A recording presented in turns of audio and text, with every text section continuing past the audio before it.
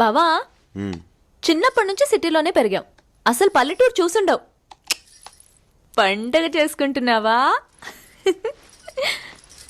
అమ్మ కూడా వచ్చి ఉంటే నిజంగా పండగలాగే ఉండేది.